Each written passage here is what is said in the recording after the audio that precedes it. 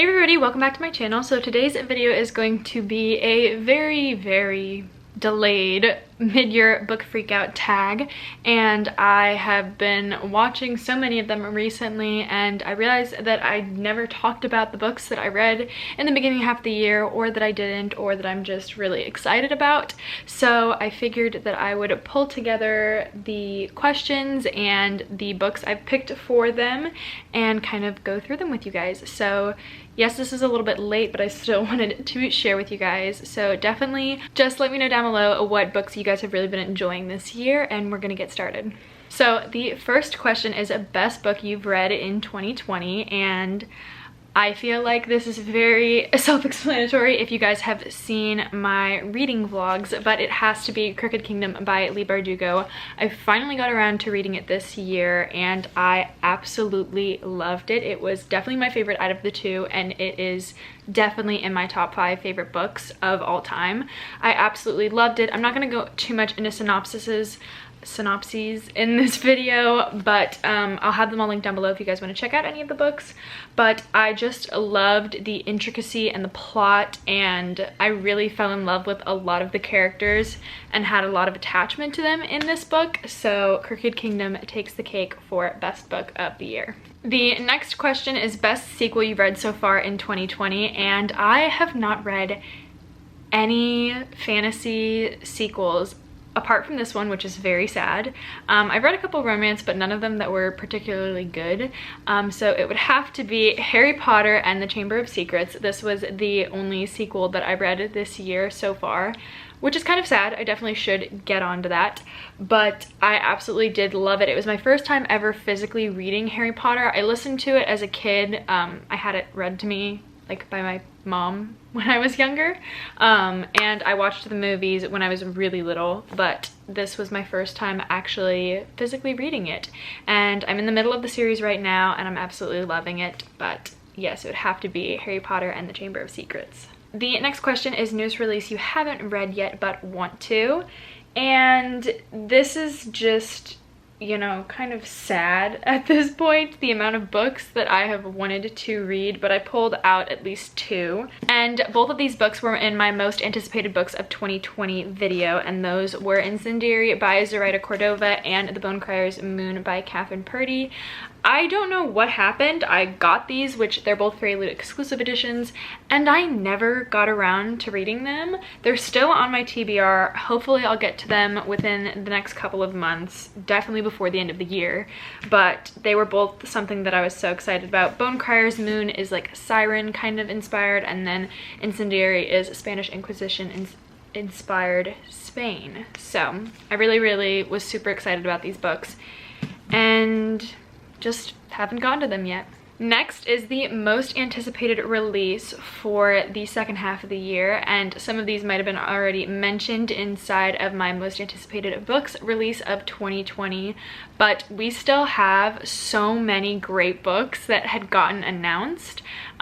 One of my most anticipated now since being announced, I believe, I'm gonna mess up the title, but How the King of Elfhame Learned to Hate Stories. I'm pretty sure that is the name of the Carden novella of Holly Black's The Folk of the Air series.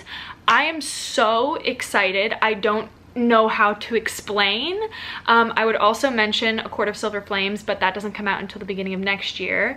Vicious Spirits by Kat Cho is what I'm really looking forward to. The final book in the An Ember in the Ashes trilogy quartet. So many good books are set to come out this year, and I am so excited, and I can't wait. I'm filled with anticipation, and I'm really ready for these books to come out and hopefully be a saving grace for the year. So the next question is biggest disappointment of the year, and it would have to be City of Bones by Cassandra Clare. There was so much hype surrounding the Shadowhunters realm, and this was the first out of all of them that I picked up, and I just didn't understand it. I don't know if I'm just not in the right mindset to read it, or if I'm older than the crowd it was initially written for, but I didn't really get the hype about City of Bones. That doesn't stand for the entire Shadowhunters series, as you'll see in a couple of seconds, but for some reason, City of Bones just didn't do it for me. I've heard to continue on with the trilogy and that it does get better, but this was definitely the biggest disappointment of the year so far. And on the flip side, we have a biggest surprise of 2020, and that would have to be Clockwork Angel by Cassandra Clare. This is the same Shadowhunters realm, but this is the first book in the Infernal Devices series, and I absolutely adored this book. I really, really loved it. I found hope to continue on with Cassandra Clare's work, and one of the main reasons I just skipped over City of Bones was because when Chain of Gold came out, I was so excited about that, but knew, I believe it follows the children of the Infernal Devices or the Dark Artifices. I don't really remember, but I definitely wanted to pick this up and read the trilogy before I went into Chain of Gold. And I loved it. I'm on the second book now. I'm almost finished with it finally. And I really, really had no complaints about Clockwork Angel. And since I couldn't just pick one book, I also chose The Beholder by Anna Bright. This is another Fairy Loot exclusive edition. I was really hesitant about reading this book. I didn't think that I was going to enjoy it, and I ended up loving it. There is a second book that I believe is already out. I'm still waiting to get onto that because I have so many books on my TBR, but I really, really adored The Beholder. I thought it was a really nice story. It was one of the first mainly set at sea books I've ever read. There were a couple others, but this was the main one where a lot of the journey is set at sea, and I believe I read it for a readathon this year, so this was very surprising. The next question is number 7, favorite new author, either debut or new to you, and that would have to be Sabaa Tahir. I did a whole book talk about An Ember in the Ashes, but I absolutely fell in love with Sabaa Tahir's writing style within this book. I think that it has a lot of description and richness to the world building that she does, and I really truly felt like I was inside the story as I was reading it, which is something that I have a hard time connecting with these days, and I absolutely love her writing style. I started following her on Instagram, and I think that her writing process and her explaining everything is so, so interesting, and I will definitely be continuing to read Sabaa Tahir's works. Number 8 is newest fictional crush, and I take my fictional crushes pretty seriously. So I didn't have any new ones aside from the obvious cult circle of Rhysand and Cardan, and I mean, not gonna lie, Will has gotten up there, but I wanted to do some new ones that were a little bit different and that I hadn't heard mentioned too much. So I decided to go with The Shadows Between Us, and the Shadow King's name, I believe, is Callias in this book, which was kind of confusing because his name is also in A Court of Mist and Fury, I believe is the first time we hear him mentioned. I believe it's the High Lord of the Winter Court. Anyways, I really, really fell in love with Callias's character. I find him, first of all, attractive, but also I really, really was fascinated by the magic system in this world, and I liked that he was a Shadow King. So definitely one of my low-key fictional crushes. Number 9 is newest favorite character, and I went with A Curse So Dark and Lonely's Harper. I really feel like I related with a lot of the same thoughts and morals that Harper had within A Curse So Dark and Lonely. I really appreciated that there was disability rep within this book. Not that I myself am disabled, but I was able to see it, appreciate it, and really enjoy. I've also heard from some friends and family who have suffered with cerebral palsy that it is pretty accurate disability rep, so I really, really enjoyed that, and I believe it is own voices for cerebral palsy, but I'm not too sure. I absolutely loved Harper, and I really feel like she was just a badass, and I can't wait to see her in A Heart So Fierce and Broken, and I believe the 3rd book is coming out this year too. Number 10 is a book that made you cry, and I have not cried reading a single book this year, which is very weird. I've cried reading books in previous years, which that was only the A Court of Mist and Fury, like A Court of Thorns and Roses trilogy. So I don't know what happened. I'm not a big crier, and I don't really cry at books that often. I will occasionally, but I haven't cried at a book this year. There are some that have evoked emotion and kind of made me feel some type of way, but none that actually made me cry. If I had to say one book that got me pretty close, it would definitely be Crooked Kingdom. I'm not going to talk about it because it is the biggest spoiler of this year. I did get slightly spoiled for it, so I was angry, but I'm not going to talk about it because I want everybody to have much different experience than I did. But number 11 is a book that made you happy, and I absolutely without a doubt can say it was Heartstopper Volume 1. I'm pretty sure I read this within 30 or 45 minutes during a readathon earlier on in the year, and I absolutely adored Heartstopper.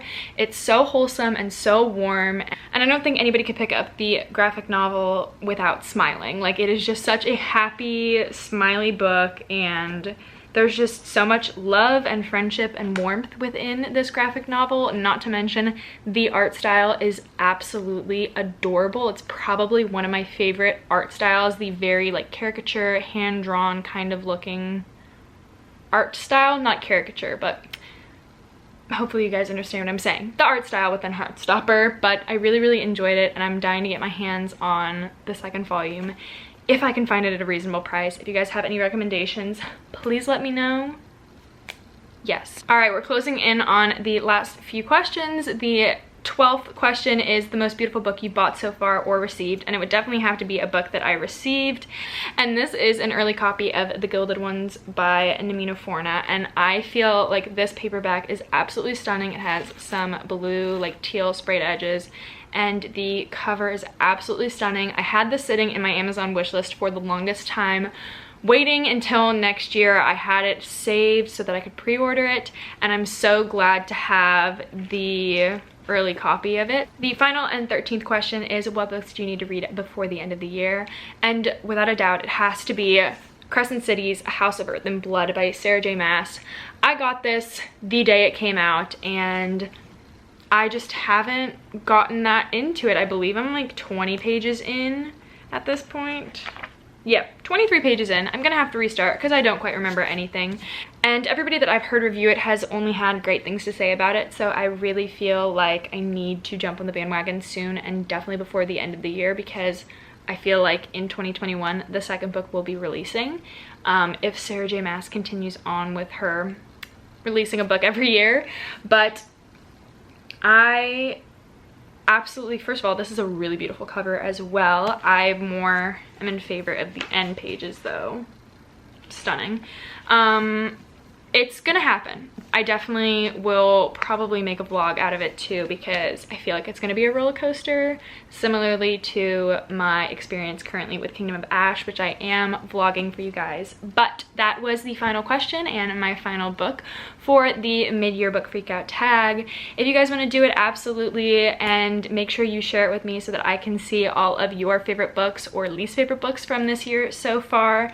And I think that was it. So I hope you guys enjoyed this video, maybe got some book recommendations or not based on what I have told you guys. So I hope you guys enjoyed this video. As always, I will have all the books linked down below if you guys want to check them out. I know I didn't give too deep of descriptions of each of the books, but that was just because I wanted this video to go by a little bit quicker, and I typically don't like hearing synopsises of books just because I feel like it spoils too much for me. So I'll leave it down below for you guys to do your own investigating if you would like to. And I think that is it. So look out for more really exciting bookish content coming from me soon, guys. If you want to subscribe just so you'll be able to know whenever I post a new video. And I think that's about it for this one. So as always, I hope you guys are having a great day, and I will see you in my next video. Bye.